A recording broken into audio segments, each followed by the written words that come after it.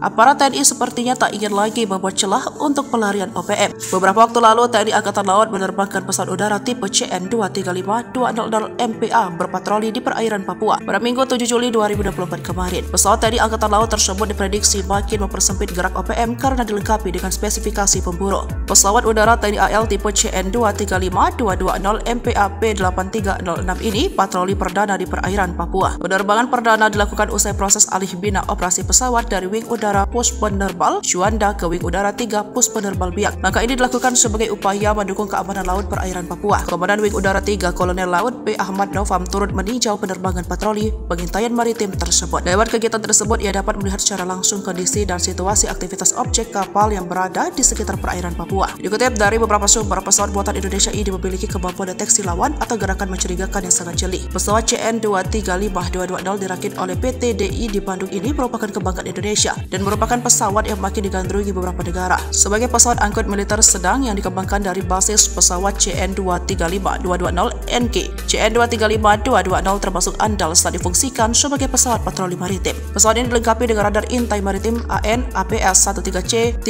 Ocean Eyes. Fasilitas tersebut berfungsi untuk mendeteksi objek di permukaan laut. Selain itu, ada fitur Indication Friend of Foe dan Anti-Surface Warfare Small Target Detection, Ground Moving Target Indicator, dan Transponder Detection, sehingga pesawat ini mampu mendeteksi gerakan mencurigakan atau musuh meski bentuknya kecil. CN-235-220 MPA dengan kemampuan penuh dapat bisa terbang lebih dari 11 jam, sementara time on station di radius 200 nm lebih dari 9 jam. Selain itu, pesawat ini mampu mengangkut 49 orang termasuk pilot dan kopilotnya. Pesawat ini juga mampu lepas landas meski landasan pendek dan belum beraspal. Kelebihan lain, ia memiliki multi-top capability full tank yang memungkinkan pesawat tak perlu mengisi bahan bakar untuk melanjutkan penerbangan ke tempat lainnya.